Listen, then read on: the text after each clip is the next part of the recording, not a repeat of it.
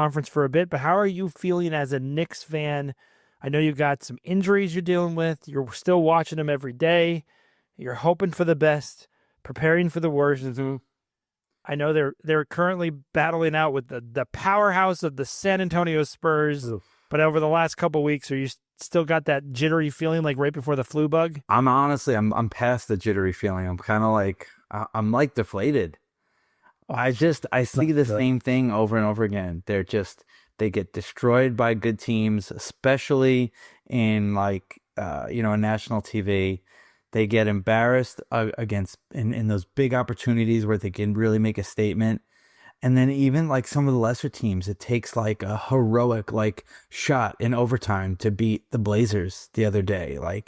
They outplayed Sacramento, which was nice to see. But Sacramento's not a real contender. So it's like, and then tonight, they're giving up, a 24-point lead to, they're starting the game off with the 24-point deficit to San Antonio without Wemby, without De'Aaron Fox. Like, what is this?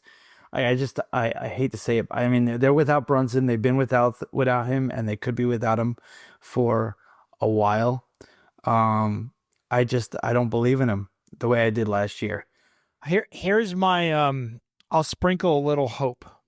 So with Brunson not playing and with him healing his injury, he comes back hopefully fresher and more prepared for kind of a playoff run, if you will. Definitely.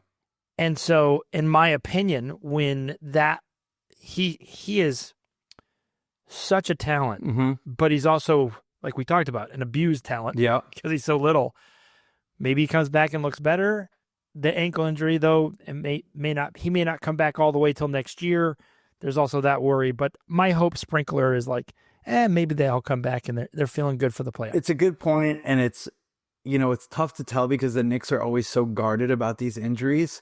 Like there could be the scenario there that Jalen Brunson is injured, and it's actually not as bad as all this time off would make it seem, and they're really just being precautions out. Like, look, we're going to make the playoffs, we're going to get in, let's just get him healthy. It'll be like injecting a new superstar into this roster right before the playoffs.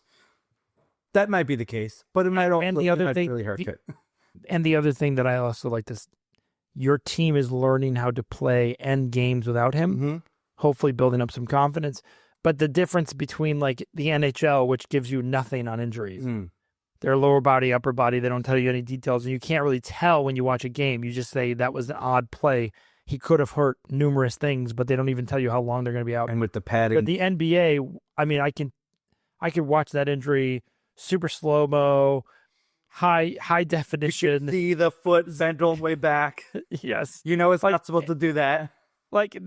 There is the NFL, you can see everything very, very detailed. NBA is the same way. This is where the NHL gets to hide it a little bit because they're playing in that kind of little box, if you will. So there's things you just miss.